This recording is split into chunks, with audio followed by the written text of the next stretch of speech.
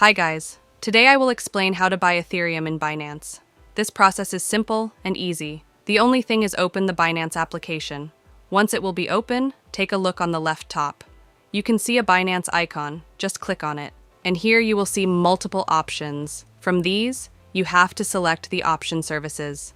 Once you do here, you can see the option of buy crypto, just click on it. Here, you will see two options, buy and sell, like we want to buy. So that's why I will select buy. The next thing is choose your currency by using you want to buy Ethereum. If the selected currency is not your, then click on this and select your currency. You can also get the help of this search bar. Once you choose your currency, it is the option of buy. It is the selected crypto. Click on it. And here you can see the option of Ethereum.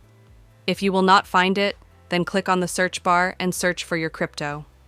Once you do, just click on it. Now, I can purchase it, and the next thing is I need to enter the amount, and just for showing you. I will enter this, and here you can see the option of place order. Once I will click on it. Below, you can see the option of place order. I will purchase this Ethereum.